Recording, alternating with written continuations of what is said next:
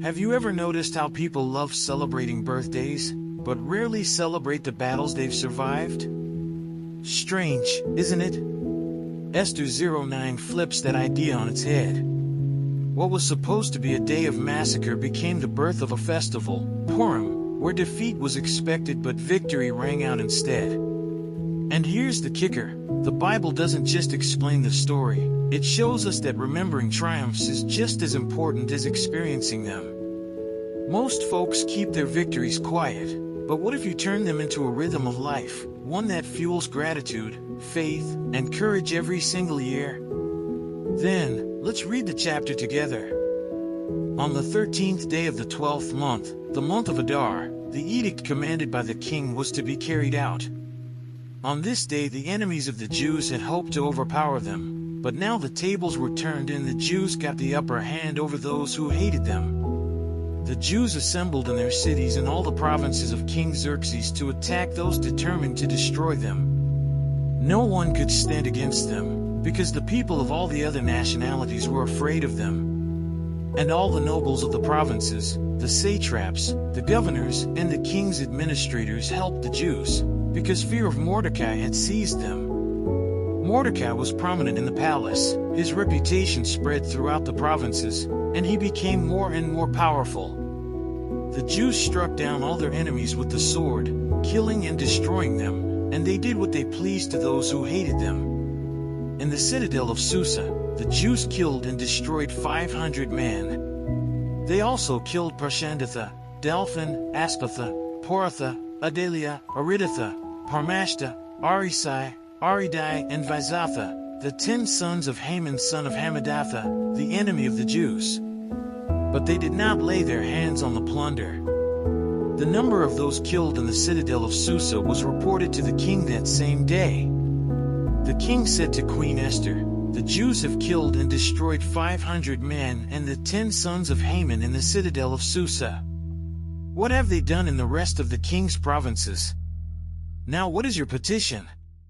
It will be given you. What is your request? It will also be granted."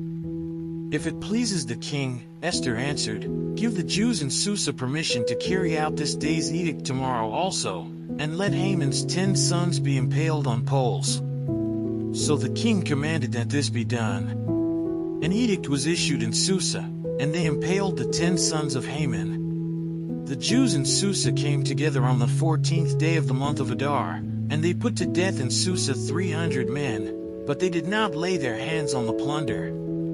Meanwhile, the remainder of the Jews who were in the king's provinces also assembled to protect themselves and get relief from their enemies. They killed 75,000 of them but did not lay their hands on the plunder. This happened on the 13th day of the month of Adar, and on the 14th they rested and made it a day of feasting and joy. The Jews in Susa, however, had assembled on the 13th and 14th, and then on the 15th they rested and made it a day of feasting and joy.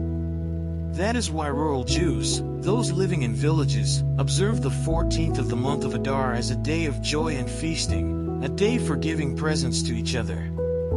Mordecai recorded these events, and he sent letters to all the Jews throughout the provinces of King Xerxes, near and far, to have them celebrate annually the 14th and 15th days of the month of Adar as the time when the Jews got relief from their enemies, and as the month when their sorrow was turned into joy and their mourning into a day of celebration. He wrote them to observe the days as days of feasting and joy and giving presents of food to one another and gifts to the poor. So the Jews agreed to continue the celebration they had begun, doing what Mordecai had written to them.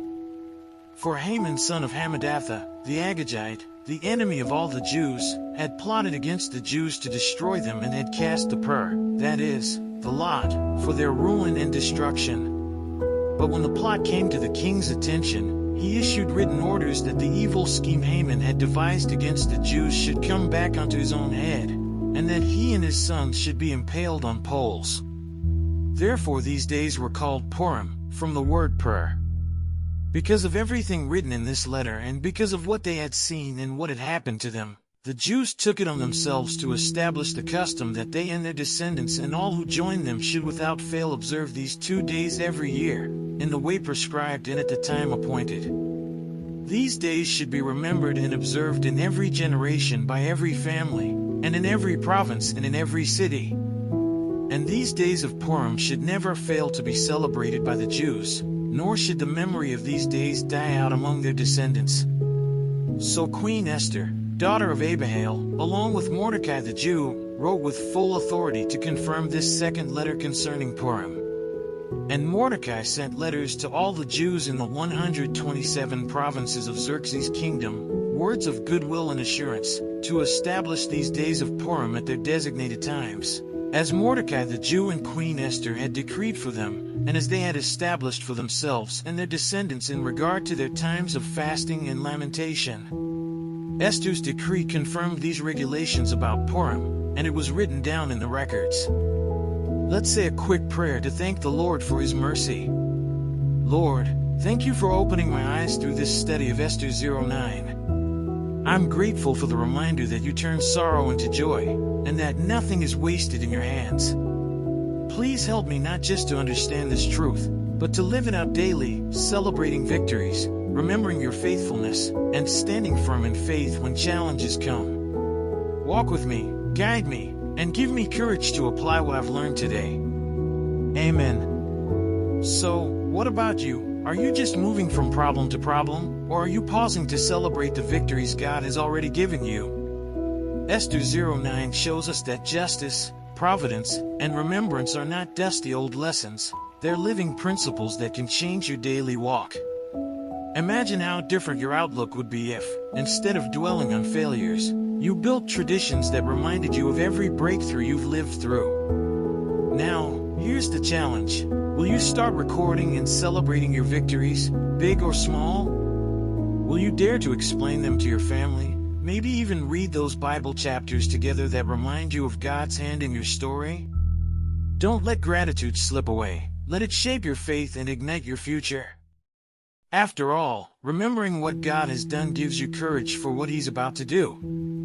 And before you go, I want to invite you, subscribe to this channel, turn on the notifications, and stay connected. There's so much more to uncover together, and I don't want you missing out on the insights that could transform your life. So tell me, what victory in your life deserves its own Purim? And, as always, don't forget to check the last video and learn more about the scriptures.